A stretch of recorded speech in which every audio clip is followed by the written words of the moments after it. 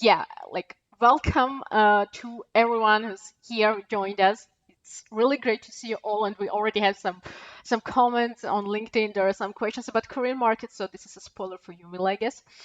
And yeah, today's topic is one that's both fun and a little provocative, I would say, because it's clickbait or commitment. And like about marketing, there's a lot of, well, like misconception, thoughts, biases that, well, marketing, oh my God, it's all about selling and that's all. And I guess it's not.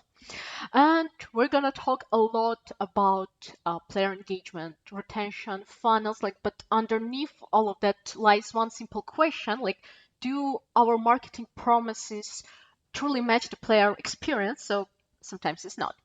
And yeah, I'm Maria Mirkanyan. I'm head of gaming division at Duamentes, and I spent quite a lot of years, more than almost 10, working on at the intersection of UX, research, strategy, and helping studios to, well, deliver games, not just what players just play, but even last and, well, love those games and support. And here today, I have like an amazing guest joining me today. This is like a special person, and me like someone who knows this balance better than almost anyone, how to balance like the marketing and what's actually in the game. So Mila Blush, this is really great to see you. She's a brilliant marketing executive who's worked across brands like Microsoft, My Games, Yango, Kaspersky, and this is a lot.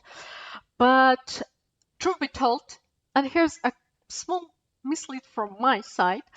I know that you're like doing like a lot of in gaming marketing. We're going to talk about gaming marketing and this stuff. But first things first, how are you doing? And how is it to, well, to almost wake up each week in new cities in Europe and to have an RV? Like, how is it? Well, yeah, I don't know if you have had the time to tell a little bit about my story, which is weird. Go ahead. Yeah, now I'm in my like travel sabbatical, I would say, and I decided to make a pause in my corporate career, and I just, bought a motorhome in Portugal and just travel in it. Right now, I'm in like in the middle of traveling, so that's why we're having this in the cozy, environment, not in my motorhome. But anyway, yeah, it's a great experience, and I guess everybody should try, just stop everything that they're doing, try something that they dreamed about, and that's what I did actually. So yeah, I enjoyed my trip, and I hope I would enjoy it more. Oh my God. I mean, like truth be told, I'm really like kind of stalking all your videos and vlogs about your trip and this, well, you need to have like a lot of courage to, well, to have this moment like, okay, I've done a lot of stuff. I'm great executive marketing. I've done this. Okay, I'm just gonna have some time for myself. And this is just wow, I would say. Oh my Thank God. you. Yeah, it's courage and I don't know, craziness as well, I guess. Well, Go alongside. But because like all of us and our viewers as well, like we're in a gaming industry, so I guess a little bit of insanity is something common for us. Well, Yeah, yeah, you're right. You're most right. likely. So let's dive into like like the game in itself in this case. So Mila, first of all, like what's one campaign that you're most proud of and why? All right, starting from the very interesting question. Yes. Um, I need to tell a little bit more about my background in gaming. I was leading marketing like globally for different countries, for tier one countries, but also, which is important, that it was marketing for PC and console titles, and we worked very closely with the mobile titles. But anyway, my experience, inclined towards this PC and console, and it's a bit different in in a user journey, in the metrics, whatever. But I think we could make discussions as far as you were involved in all platforms, so we can make it interesting. So about this campaign that I'm really proud of, I guess back in my games we released our first ever buy to play game. It was Warface Breakout, and though the game was not a big success, but the release campaign was lit actually. So we worked with PewDiePie, with Dr. Disrespect, you know these guys, and we had some Denzel Curry song in the release trailer. So like it's a once in a lifetime experience, I guess, for a marketer. Oh my God, yeah, I completely forgot this case, and when you mentioned it, I was like, oh my God, yeah, this actually happened, and How could yeah, you? How could you forget? I don't know. PewDiePie still had this video about this game on his channel. Well, it seems well. You mentioned that it wasn't a success, but if a PewDiePie like still keeping like this particular video, well, I guess there is still a little bit of success It's there. something. Yeah, and what about like overall, like when it was like the first time that you realized that marketing promises and the real player experience, what they're like actually facing in the game, they must be aligned. I guess it was like the very the very first time that we launched misleading creatives, basically for the game with the MMORPG genre, because I think it's important that it's kind of mid or even hardcore. And when we launched it, we saw almost like close to zero conversion from top funnel to players. And for us, it was, a sign that it's not something we want to do. Oh, and actually, like previously, in the LinkedIn, in the comment section, Lana Lyachina mentioned that she heard that Korean players hated misleading ads, and I guess this is the question to her answer because, yeah, they're quite picky audience, I would say, and for them, like the misleading ads is something, well, I guess it's something that hurts. They're not ready for this, and I mean, this is like a great example of, well, how not to do and how to avoid the mistakes what we made, I Yeah, guess. yeah. And usually community make a buzz and they do not forgive such things. Oh, actually, here I have one more small case study to add. That so recently we were like launching a quite small alpha test. It was a closed one, so we were like, okay, not that well, telling everyone, no marketing, nothing, just well, some specific players from the Korean community. And even for them, they were like not that happy with like, oh my God, you didn't mention that this particular feature is in the game. So I guess I'm gonna think that you were kind of misleading myself. Or even like that they faced some, well, some really technical like issues, not huge. They weren't like a top priority, just a minor things. Even this, which wasn't aligning with their, well, like the Korean polished games, well, guidelines for them that was already, well, kind of they were struggling to play the game Yeah, because of this. And like, yeah, this specific market is so, well, yes, it has like some really interesting characteristics and something that we need to take into account. So yeah, yeah, thanks sure. for mentioning this one.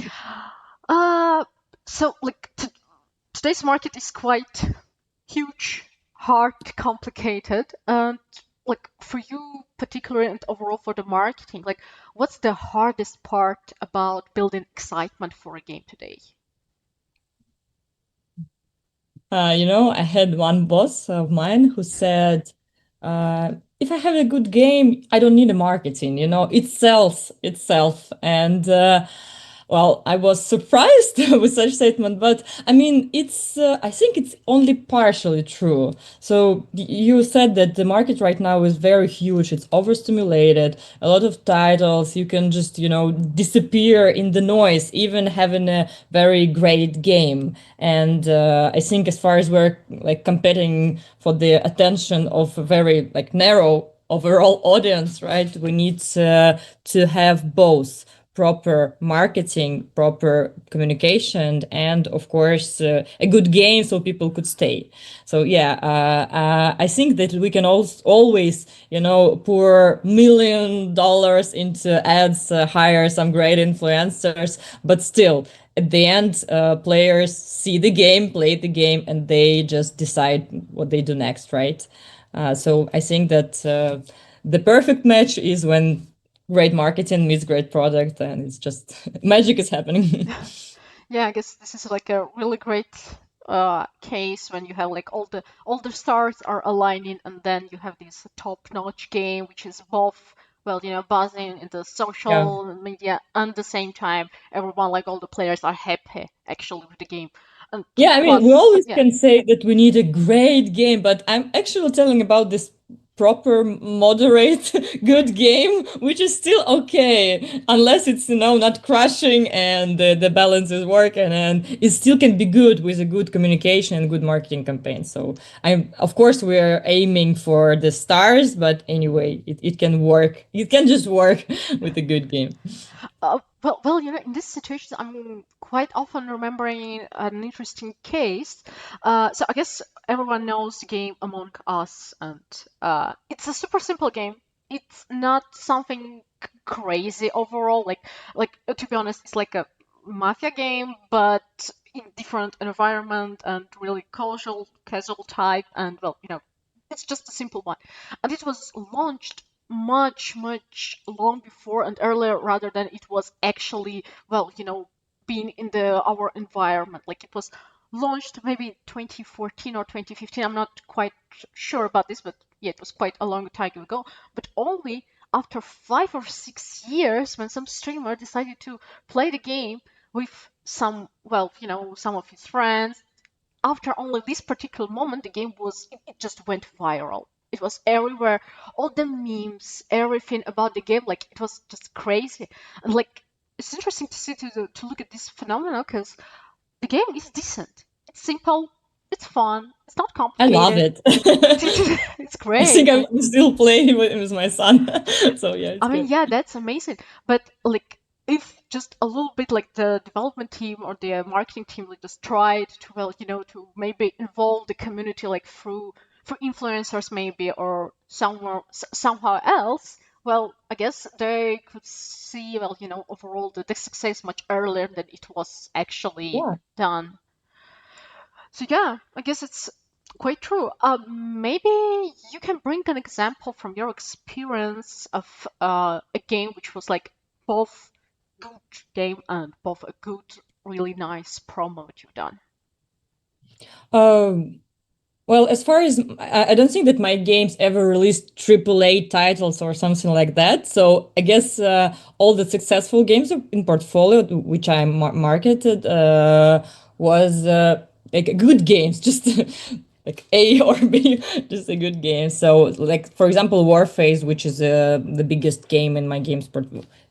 Those time now maybe it's changed, but those time it was the biggest game in the portfolio, and we had a huge campaign, and in several territories it was a great success. Even like on the consoles in United States, they have like a top five free to play shooter. They were in this rating for a long time. So or Lost Ark, for example, it's a MMORPG, the Korean MMORPG. It's a pretty hardcore game, and the expectations should be correct, I guess. And we had a pretty good launch, and it lasts, so together with strong marketing and with the good game, we managed to have this game being popular for years. And Mhm. like not a good example is, I already told you, as a great campaign that I remember, but still the like Warface Breakout. With nevertheless, we had a huge campaign, a lot of attention, but the game was not as good as ready, I guess, to be having such crowd of people playing it. So it was crashed, and the balance was not that good. So yeah, the good Mhm. example that even though the campaign was broad and strong, people cannot stay. They stay for a game, right?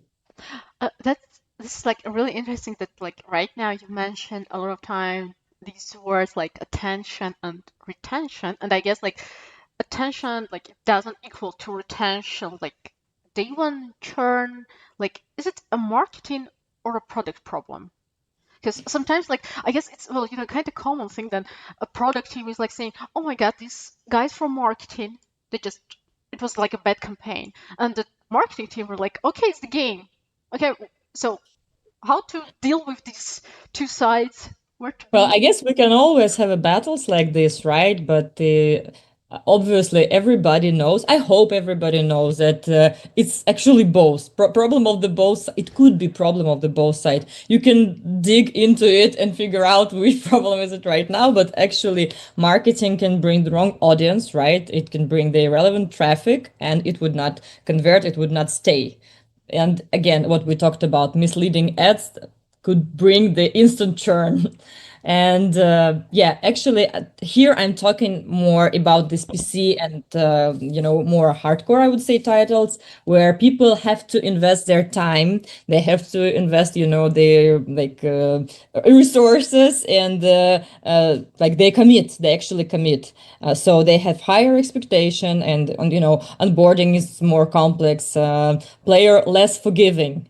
That's why if you use this misleading creatives and then people do not see it in the game, you could never, get them back, and it could never convert them properly because they really need to be committed to start playing these games with, with very heavy distributives, with long onboarding, and with quite a huge amount of time that you need to invest. But for mobile games, I guess, funnel can look a bit different, and we saw such examples when the gameplay, is very exciting and it's extremely simple, sticky. So it require less onboarding, and if people see the ads that is like a bit misleading, they do not see it in a gameplay, but they still stick to the game because it's easy to do so. Sometimes the funnel works better and people would stay even though they came for different creatives. Hmm.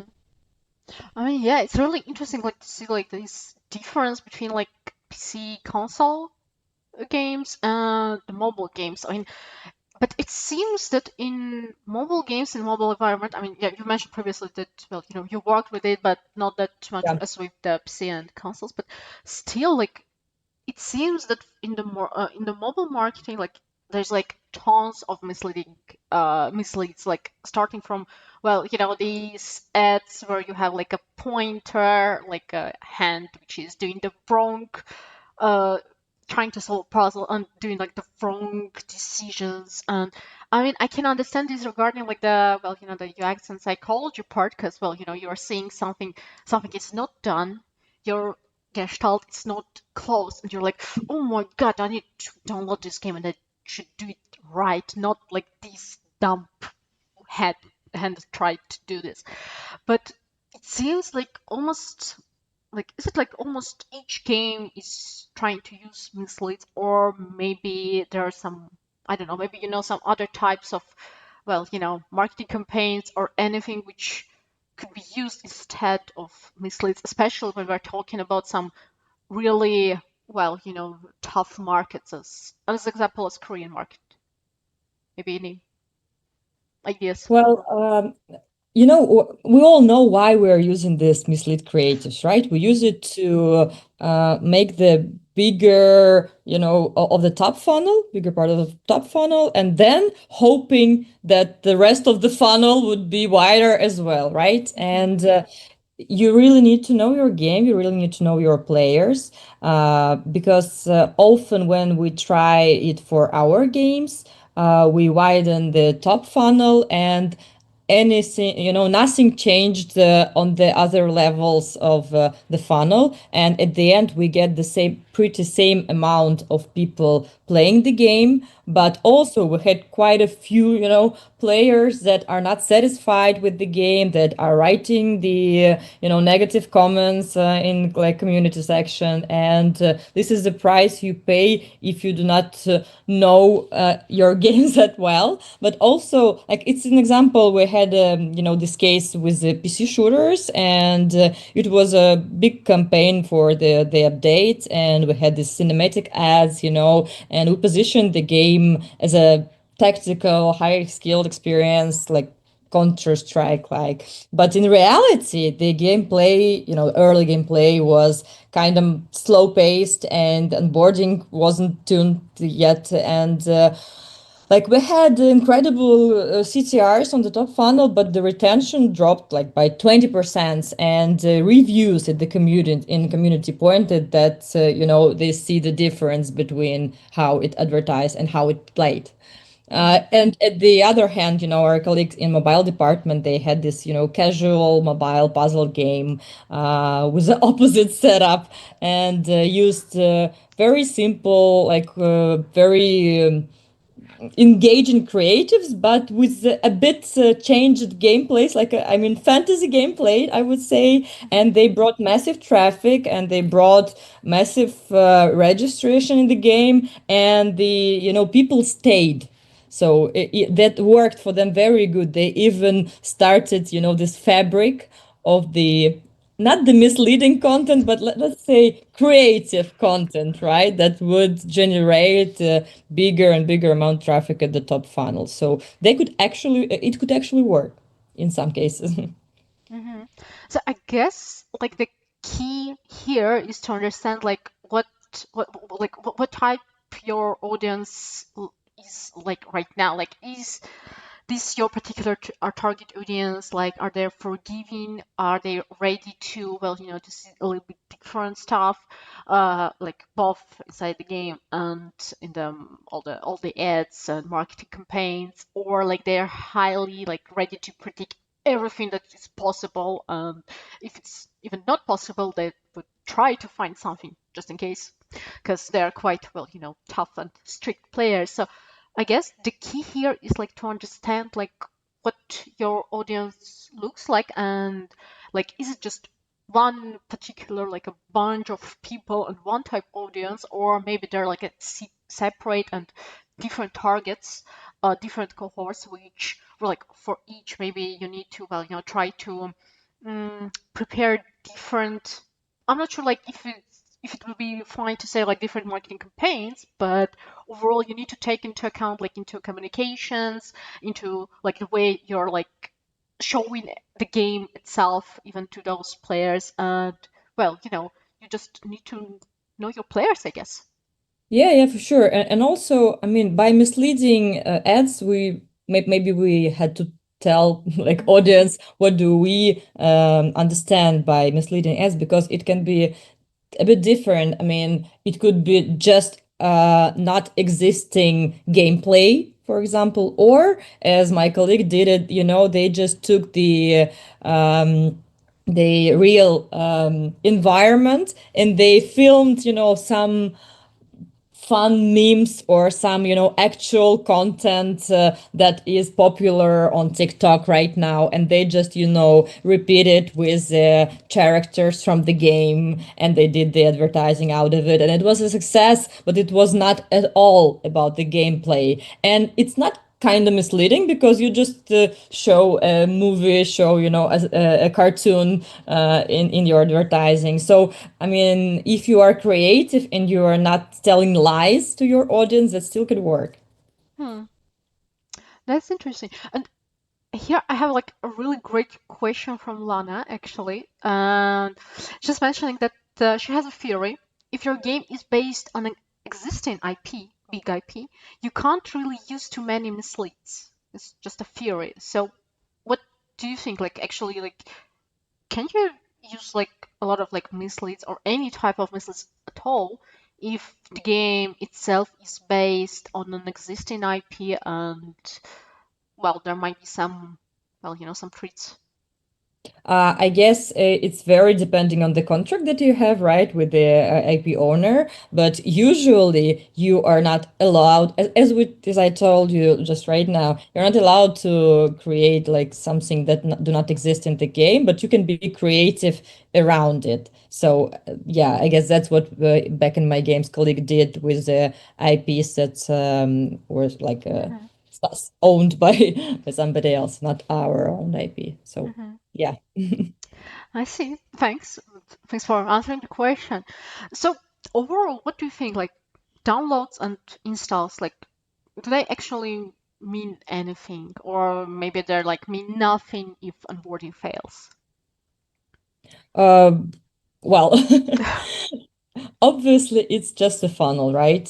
Hmm. They like you need to have the download and install to be converted, but if the player not stick, it's a huge problem. And usually how we worked and how I try to work, not even in the gaming industry right now, is trying to, to have not a user acquisition manager, but more like growth marketing manager who responsible for full funnel and work together with product, like with producers, with game producers, with the developers, analyzing not only, marketing part of the funnel, but also looking into the lifetime of the players, and analyzing where they're, they churn, what is the reason. And sometimes we even need to stop, filling the top funnel just in order to fix something in the middle or just in the game as well.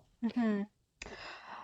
And like previously, you mentioned a lot about, well, like a campaign being successful or not, well, failed. So, how do you measure campaign success, well, beyond installs? I mean, I do believe that there's like a lot of metrics which are like probably like everyone knows, like retention, etc. But like overall, for you, for your perspective, like success, what is it?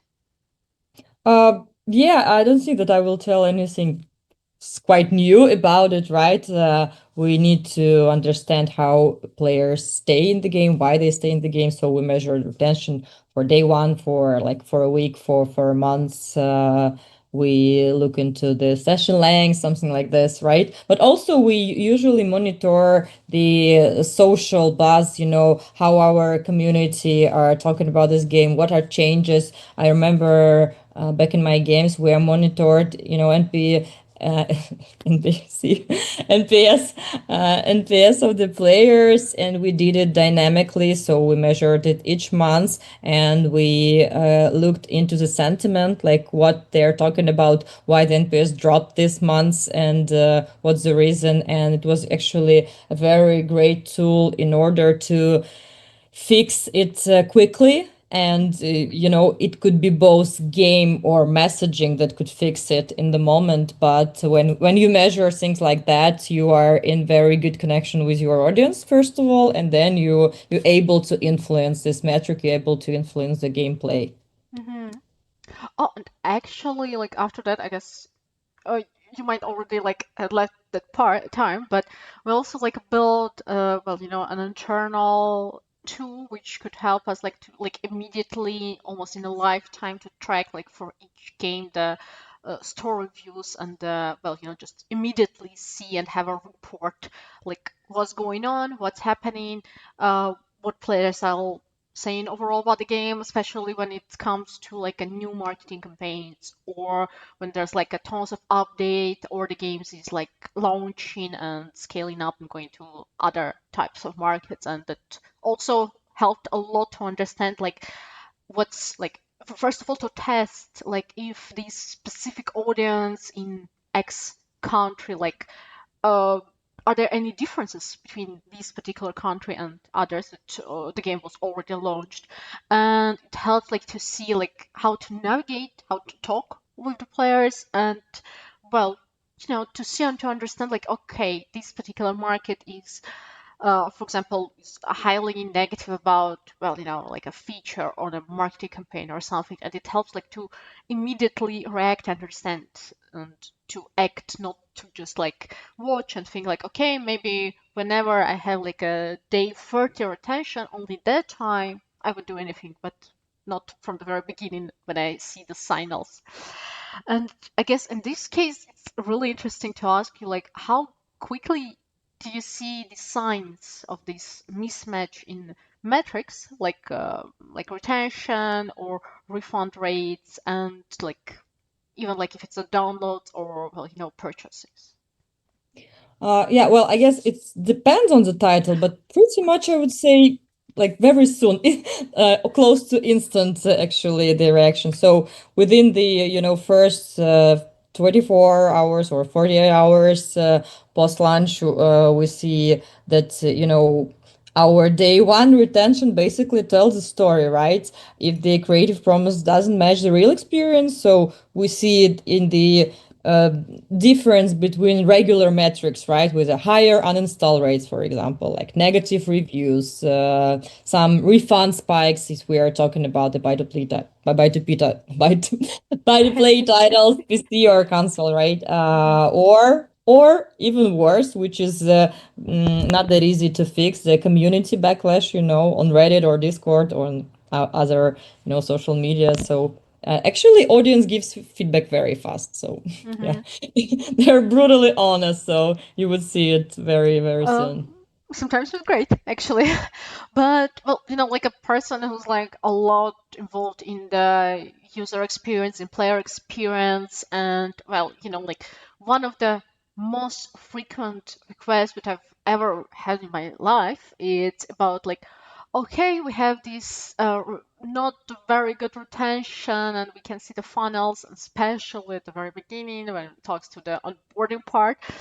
And we're like, okay, we need to check out what's wrong with the product, or what's wrong with the game itself, or like what's the issue.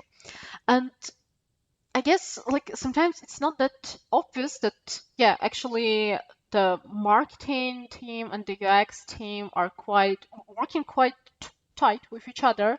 So what do you think? Like, where does marketing responsibility and UX responsibility begin? Well, it's actually a tricky one, right? Because the overlap between these two is like very big, and sometimes we not realize how big is it. And in classic, understanding marketing defines the promise that tell, and we tell it to people, to audience, right? And UX delivers on it. And when it's a gap, between it, people feel betrayed and so on. But in practice, I think that. Marketing cannot blindly tell this promise, right? And UX cannot just say that, all right, it's just marketing, the marketing saying their communication, and it's not our business.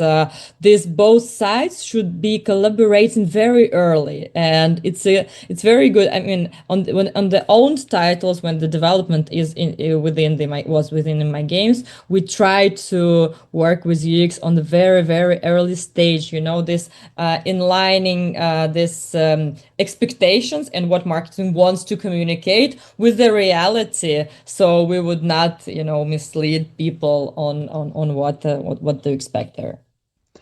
Uh, yeah, I guess this is like the next thing we're gonna talk about, because yeah, I guess like it is like a great collaboration of, well, the marketing team and the UX team, because well, uh it's not just, well, it's easier to work, easy to understand, make a decision, but it's also like about the business, about the metrics, about the revenue. So it's not just, well, making uh like just a safe type of marketing, but making it much stronger, right? But it could be like, what do you think about this? Is it real, or it's just maybe my illusions? Sorry, come again.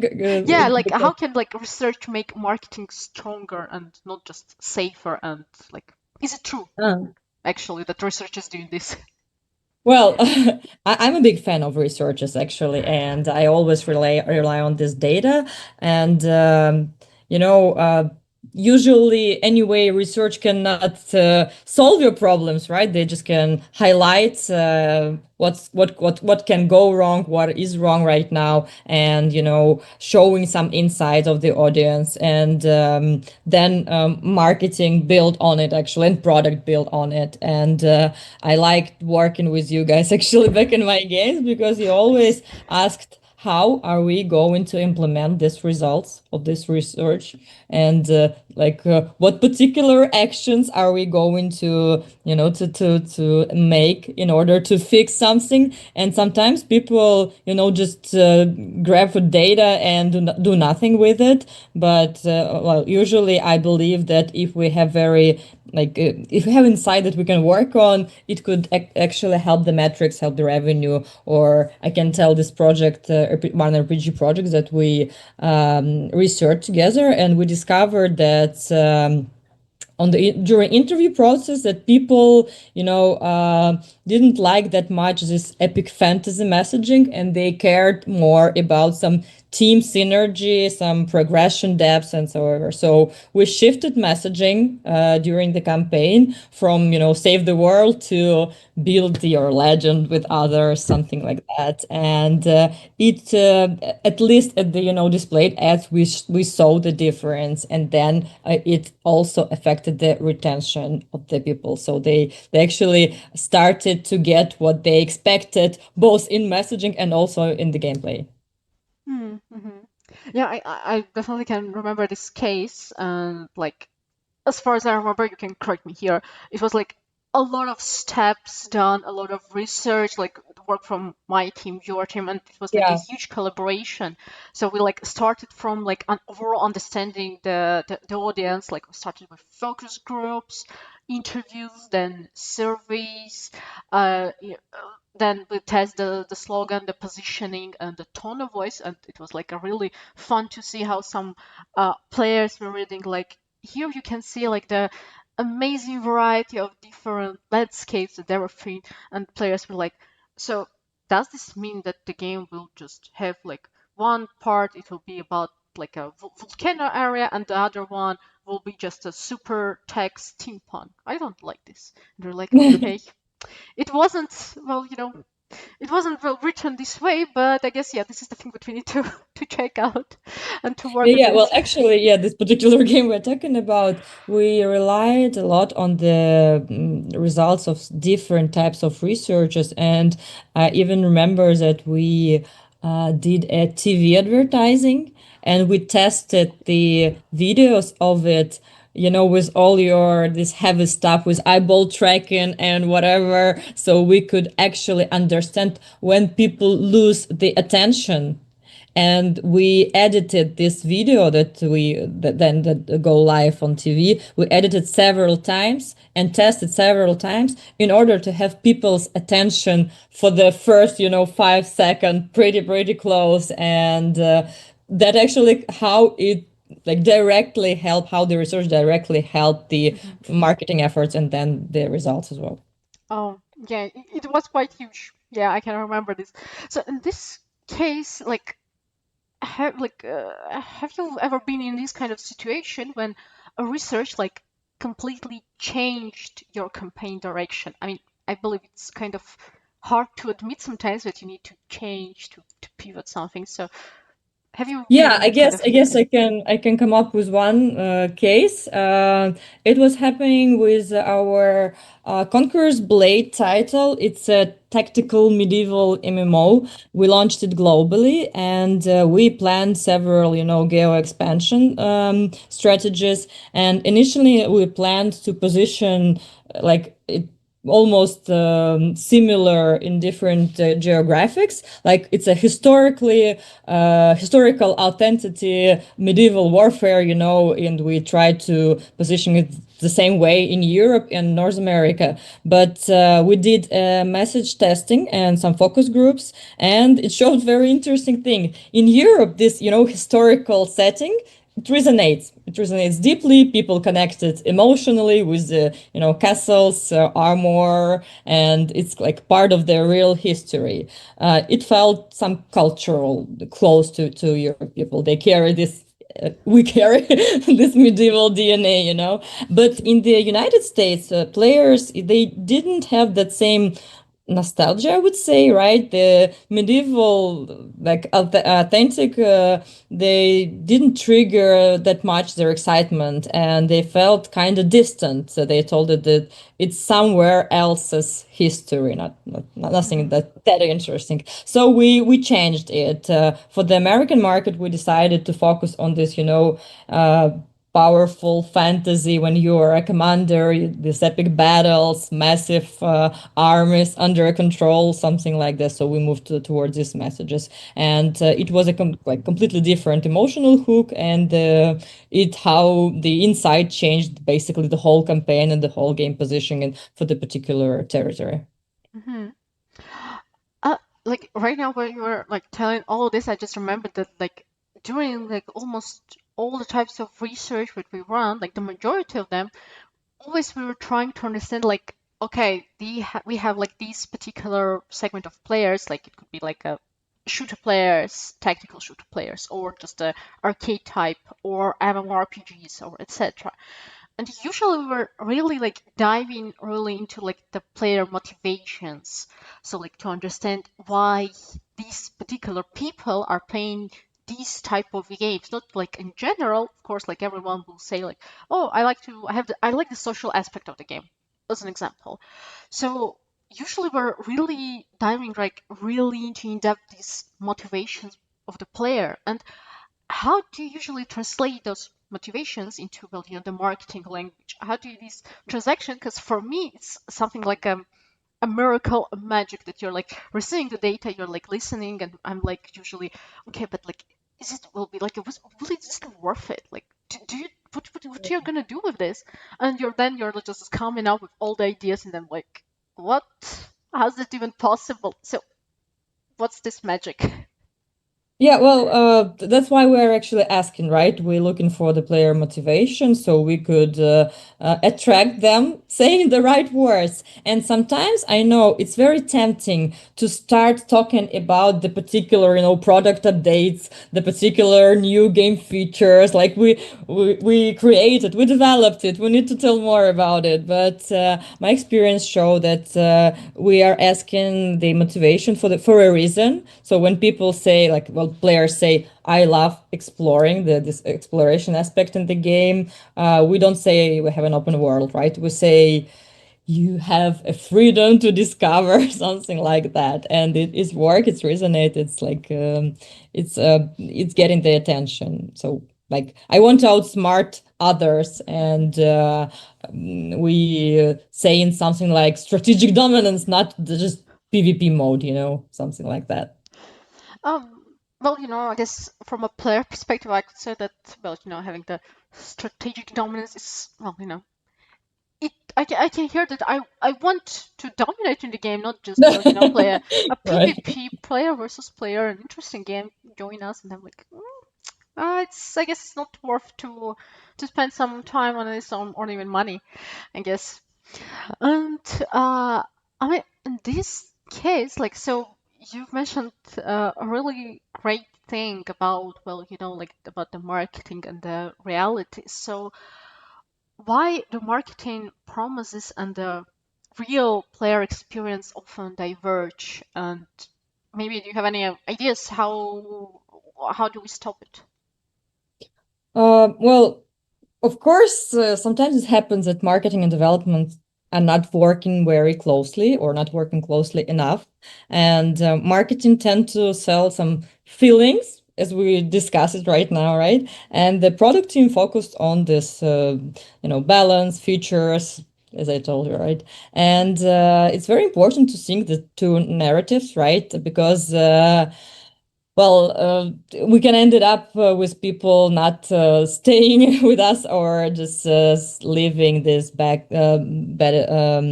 community feedback. So, like once our project, we had promised like intense PvP combat, but onboarding, required just half an hour of tutorials before the first fight. So, like, maybe it is true and we have intense PvP combat, but while you get there, maybe you will leave, right? And for example, for another title, we marketed like play with friends, but the scope mode only unlocked after, I would say, like 10 hours of solo grinding. So it was like terrible mistakes in messaging as far as product delivered this, but we really needed to put it correctly. So I guess the fix here is a very tight collaboration at the very early stages and iteration of the messaging. And of course, if we can influence the game, changing the game. Because we had some games that we only published, like Lost Ark, for example, and we cannot influence the gameplay dramatically. So we still ran a lot of surveys. We analyze the problems about the churn, about the bad retention, and we adjusted the things that we could adjust quickly. With onboarding, we try to do a lot of community videos, a lot of community discussions outside of the game. So that what instrument that we tools that we had back there. But for our in-house projects, especially during the development, I think it's very, very, very important to do a dog food, I would say, or like internal play tests. So we did a lot of them, a lot of large scales, like company wide internal play tests, and collected this detailed feedback, and we were able to make some fixes very quickly accordingly to this feedback. Hmm. So it seems that, well, like the answer is, well, I guess it might sound quite obvious, but first it's like collaboration, like not just well, think of each other like, oh my God, these guys from the marketing team or these guys from the production team, but to work together and to understand that, like, okay, we're shipping the game, like we as a part of the product, we're like creating it. This is our people going to show the game to the players. So it really, like, I guess the success really heavily depends on the both of the sides. So it seems that like the collaboration is the key, and the second thing is about iterations, like not just run one particular research, or maybe not run at all, or just think of one particular marketing campaign, go with the marketing campaign, and not try and avoid like anything else. Not try to experiment, or, well,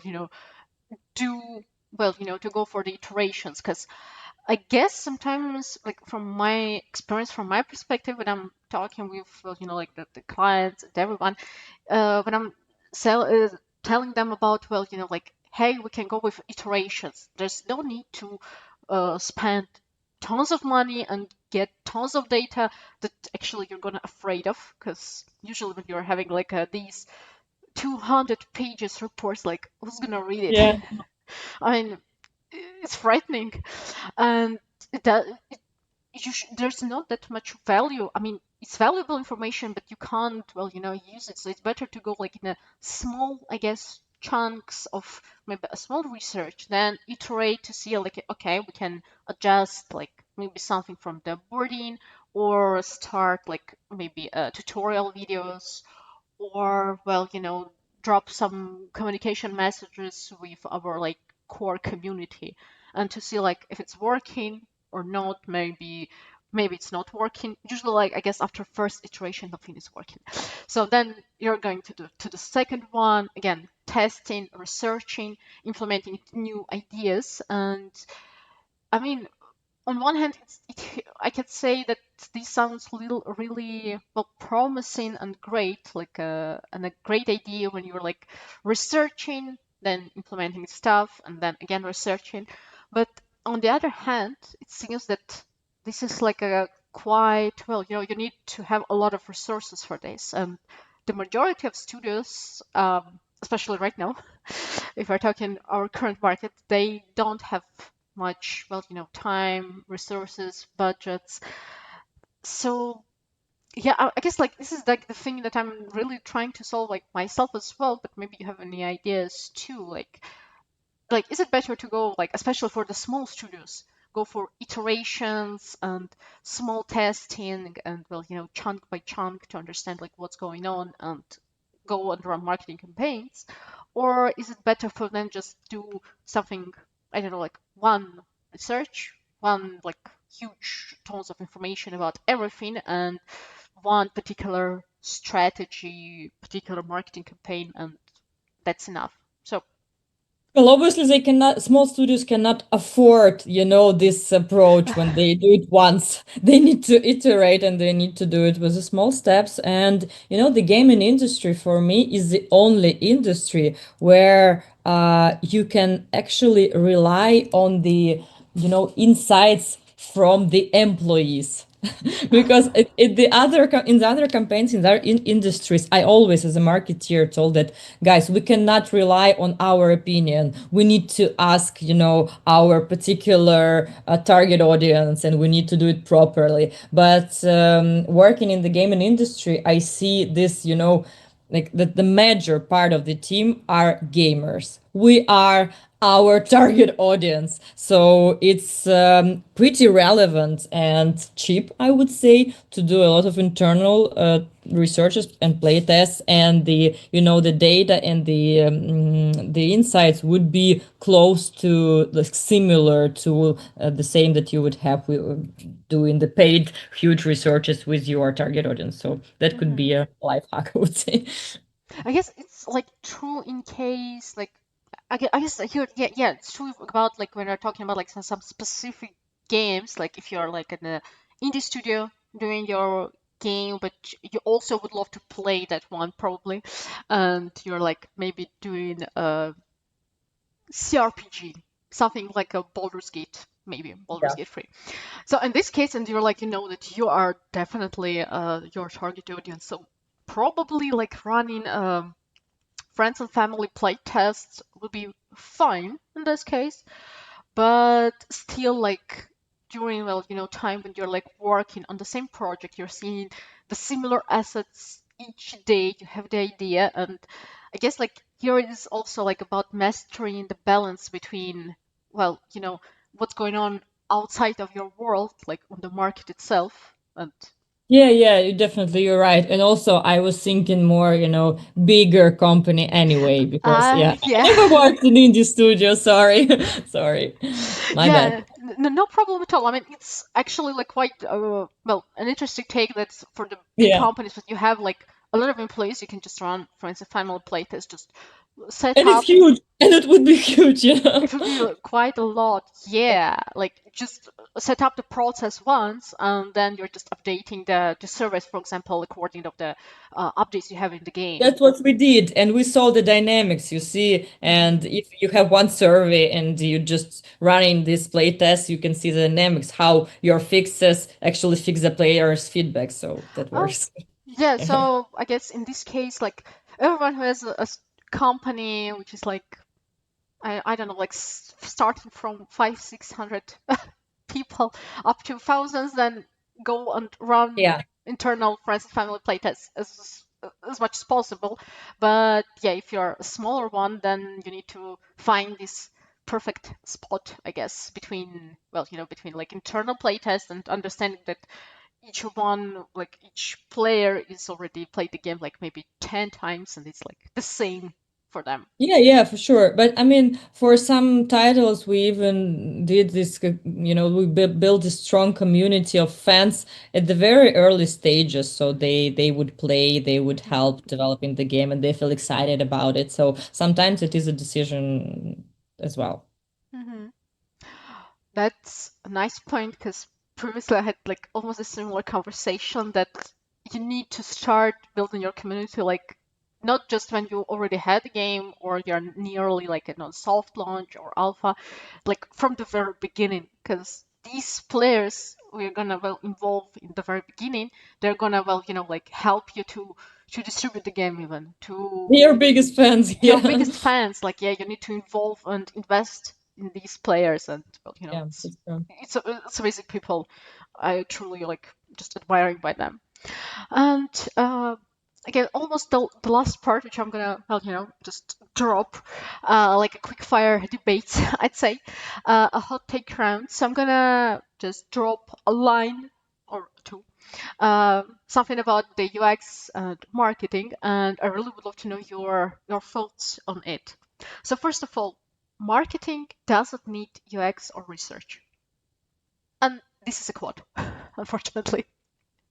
Well, when I first joined my games, my boss, my first boss, he told me that he would never pay to, this is a quote, to research something that he already know better than anyone else. He was sure that he knows better because he was like I don't know, 20 years in the industry. So why would he need to pay for that? But the time I left the company, the same person, the same boss, sometimes, asked our research team a lot of the requests. So you guys that turned it back to me and like, do we really need that research?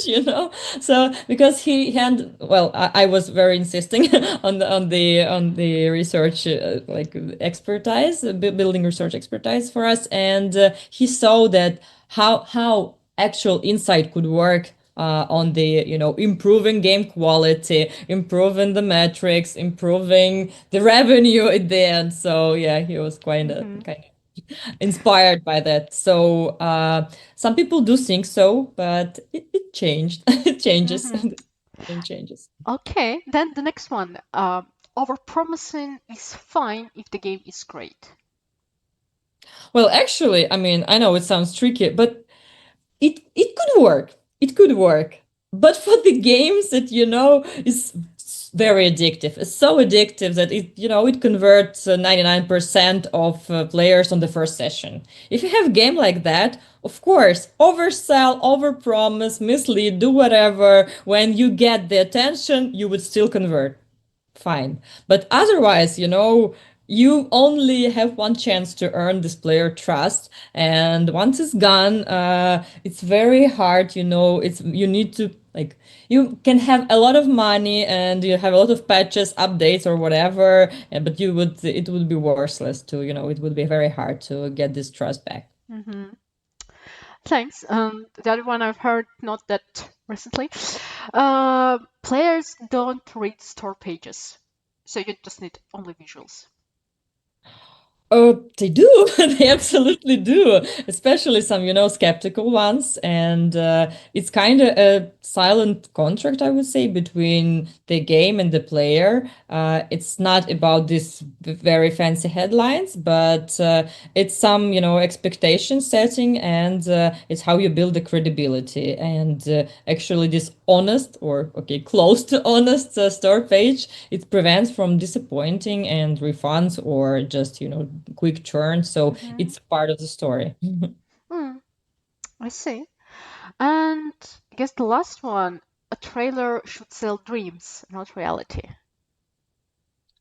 Well, it should. Of course, it should. Yes, it should sell dream. It's a small movie, it should inspire, but it should be grounded in truth in any way at the Mm-hmm. end. So it should excite, make you want to play, but if it misleads you, again, we see the same result at the end. So maybe Mm-hmm. if it's not that inspiring, it's fine. It's fine.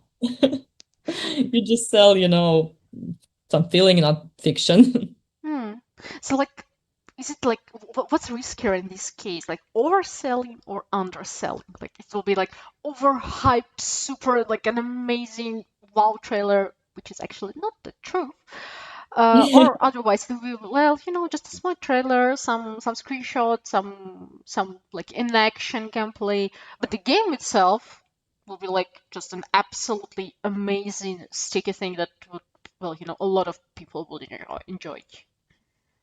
Well, I never worked at the fancy super triple A titles. Maybe I would answer differently. I worked in the efficient market, so I would say overselling is very costly. Mm-hmm. Because underselling is only cost you some clicks, right? But overselling, like it's costs you credibility, and it's very hard to patch it later. So yeah.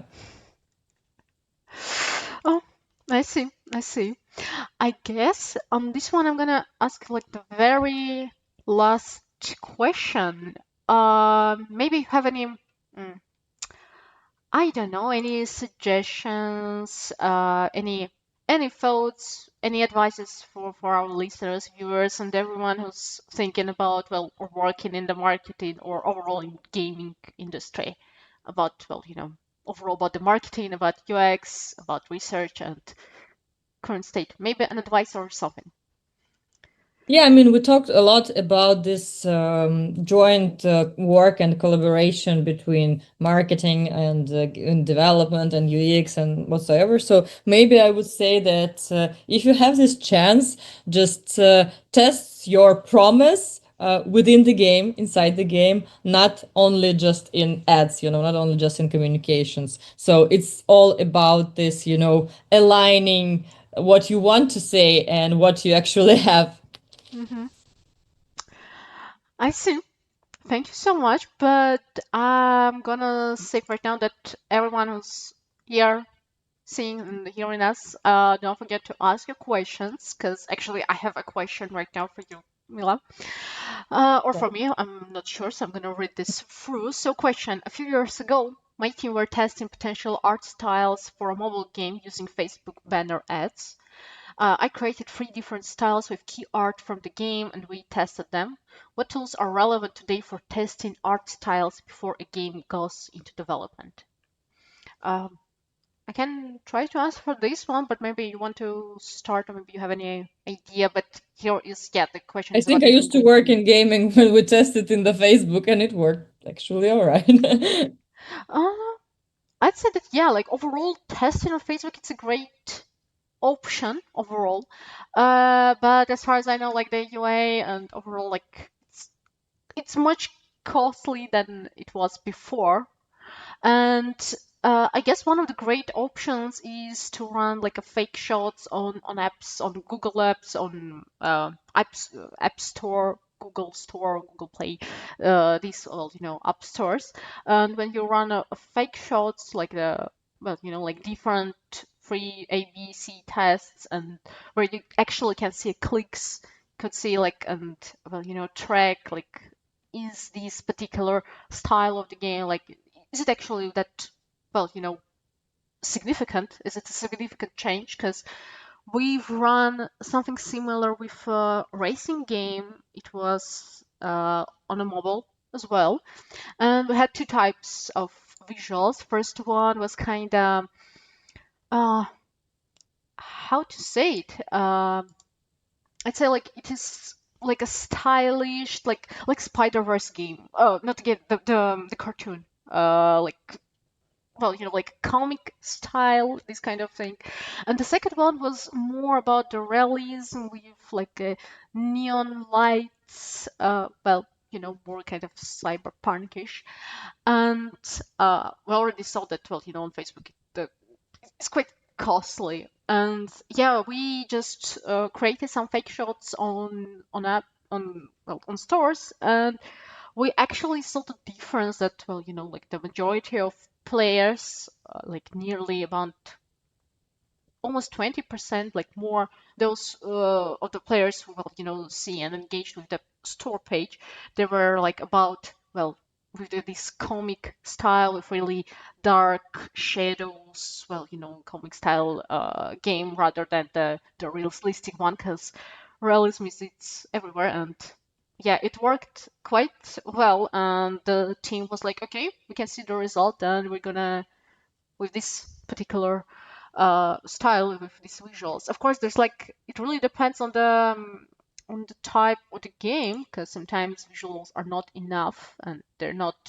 well helping to players to understand like if this will be like an action, like is it enough for me, is it interesting, will it attract my attention and actually players see this or no. So it's sometimes depends, but overall it's also an option. Actually, I Yes. remember one thing that we did in order to make it less costly, but I don't think the people from research team would be approving Okay, such go ahead. I'm not gonna ways. listen this one. Yeah, but we actually once we tested the visuals, we needed to test it on the different regions, different countries, and we figured that some countries showing very similar results, and we just made first test in order to see the difference. And when we saw no difference in the result between country, we just started to test only in cheaper ones. And trust that it could be scaled to every country that we're launching in. Okay, I'm gonna Yeah, yeah, just I'm not gonna comment this. Okay, actually, I'm going to comment this. all Hold on, right. because like I would say that especially right now with everything is really costly. And for example, of course, everyone would love to buy traffic on the US, on tier countries in Europe, and this is understandable. Like this is your target audience. But I mean, it is costly, and like talking about this like from the research perspective, I can understand why sometimes you need to bring some ideas what to do because the team which needs some data like some type of data is better rather than when you don't have any type of data and you're like just pointing to the sky and Yeah, believing that maybe this would work or no. So in this case, I would say like it is better, it's something rather than nothing. So it is fine. I wouldn't suggest actually, but still it is, well, especially if like from other resources you have an idea and thoughts about that actually some types of audiences are quite similar, yeah, and sometimes we're doing like the same in the research itself, and this is absolutely fine. Like if you see like two countries like they're almost the same. Sometimes there's like some no, almost non-difference between the US and Canada, but when we're talking about like specific type of genres and platforms, yeah. uh, in this case we're like okay, we can just count this as one region and this is fine. But however, sometimes if we're talking about, I don't know, like sport US and simulators, Mexico. oh my god, US and Mexico, that would be a huge difference. So yeah, it's absolutely different, different worlds. But even the US and Canada, like if we try to investigate and make a research about some, I don't know, like sports simulators, Madden, for example, or NHL, like that would be a different story, different things. But if it's yeah. like a casual game, a puzzle, it will be 98% it will be the similar one.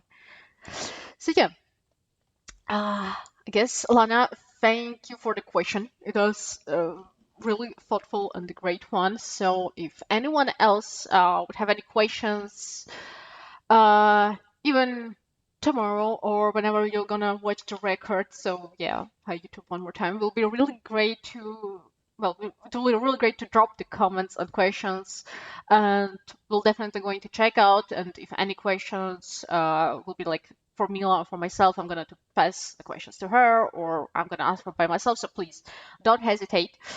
And in this particular moment, I'm gonna say, well, first of all, Mila, thank you. It was really great to have this an amazing conversation with you. It was really great to see you, and uh, yeah, it was really Thank you amazing. so much. Yeah, thank you for inviting me. It was a pleasure. Yeah, it is. And so, in this case, I'm gonna say, well, this is our second, well, the event in our event series of press UX to start. The next one will be about publishing, because, well, we talked a lot about the marketing. First, we talked about how to produce the game, about producing, and next will be about publishing. So I'm not gonna spoil everything. So stay tuned and you're gonna see some updates really soon. And yeah, I guess. Yay! Thank you. Thank you, guys. Yeah, Thank you. yeah. Thank you so much, and see y'all next time. It was really great to have y'all. So take care. Thank you. Bye bye. Bye.